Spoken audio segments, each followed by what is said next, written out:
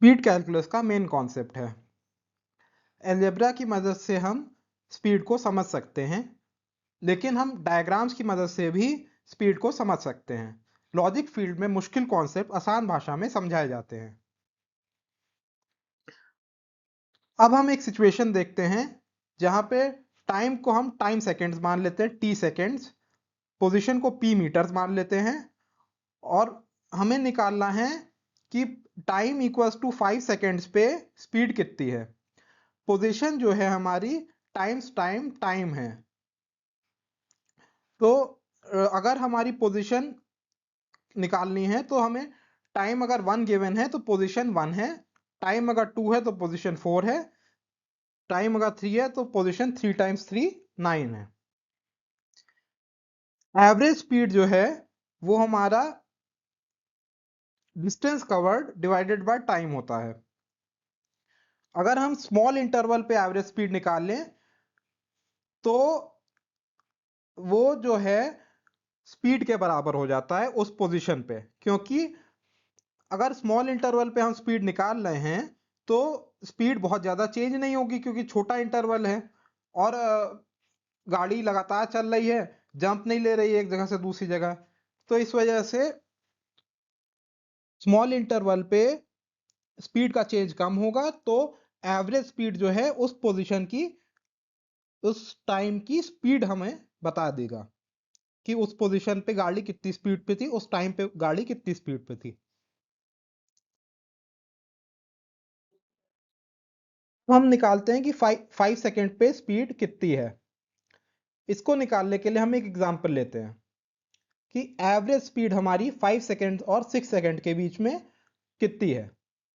Average speed निकालने के लिए हम 5 सेकेंड पे पोजीशन निकालेंगे, 6 सेकेंड पे पोजीशन निकालेंगे और उसको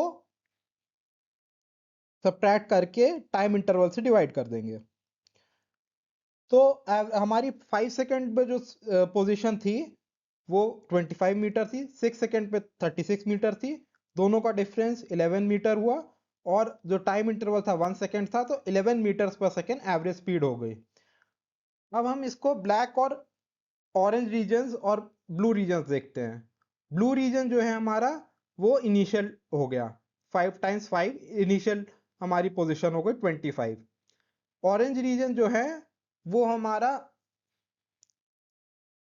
जो हमारा इंटरवल है 5 और 6 के बीच में 1, और टाइम्स जो है हमारा इनिशियल स्पीड थी, इनिशियल टाइम था 5, उससे मल्टीप्लाई हो रहा है।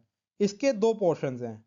और ब्लैक वाला रीजन जो है इंटरवल का इनटू इंटरवल जो है 1 इंटू 1 वो रीजन है। तो इसको हम ऐसे स्प्लिट कर सकते हैं। अब हमें ये नोटिस किया कि जो चेंज हुआ वो ऑरेंज और ब्लैक रीजन्स की वजह से हुआ। ब्लू वाला रीजन तो ब्लू इनिशियल था, वो भी फाइनल में ऐड हुआ, लेकिन ऑरेंज और ब्लैक रीजन जो है हमारा चेंज आया। तो जो चेंज हुआ ऑरेंज की वजह से, जो चेंज आया, और ब्लैक की वजह से, ब्लैक जो था 1/1 था, और ऑरेंज और ब्लैक का जो चेंज था वो था 11। तो टोटल ब्लैक का जो कंट्रीब्यूशन था वो 9% था इस केस में।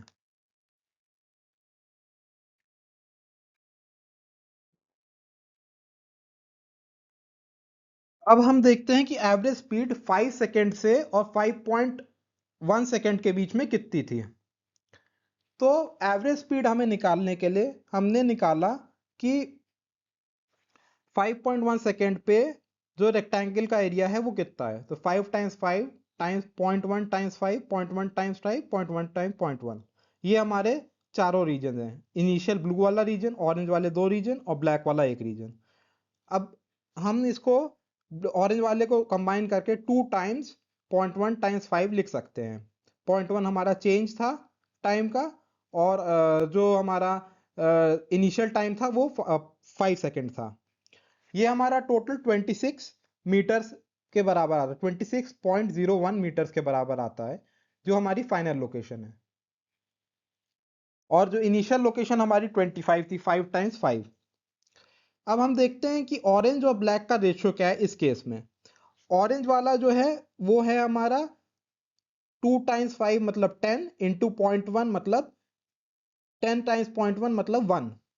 तो 0.01 डिवाइडेड बाय 1 जो है 1% हमारा ब्लैक वाले रीजन का कंट्रीब्यूशन है, क्योंकि ब्लैक वाला 0.1 टाइम्स 0.1 है, तो 0.1 टाइम्स 0.1 हो गया 0.01, तो 1% कंट्रीब्यूशन ब्लैक का रह गया।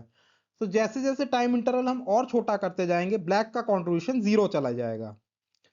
रेशियो हम इसका निकालेंगे तो वो और 0.01 या 0.001% भी हो जाएगा और कम परसेंटेज हो जाएगा।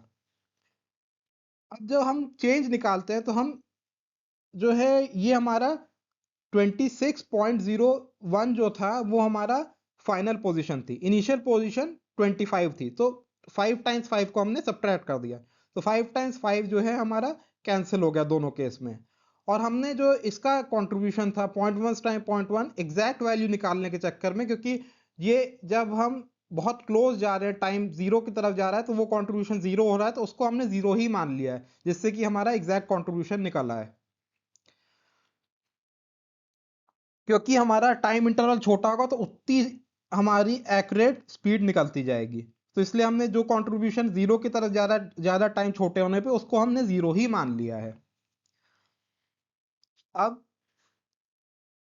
हम ये देखते हैं कि जो हमारा ऑरेंज वाला रीजन है वो बचा हमारा, जो हमारा ब्लू वाला रीजन है ब्लू से कैंसिल हो गया, जो इनिशियल टाइम था उससे, जो पोजीशन थी वो उससे कैंसिल हो गया, ब्लैक वाला रीजन जो है बहुत छोटा था, ऑरेंज वाले दो रीजन बचे जो हमारा चेंज में बचे, डिवाइडेड बाय टाइम इंटरवल।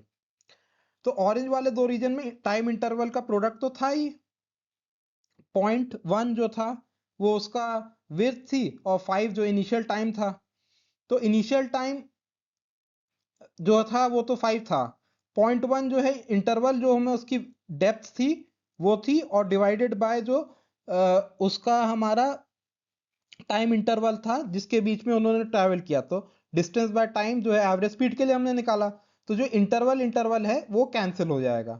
तो टू ऑरेंज रीजन मतलब 2 टाइम्स जो है इनिशियल टाइम, वो हमारा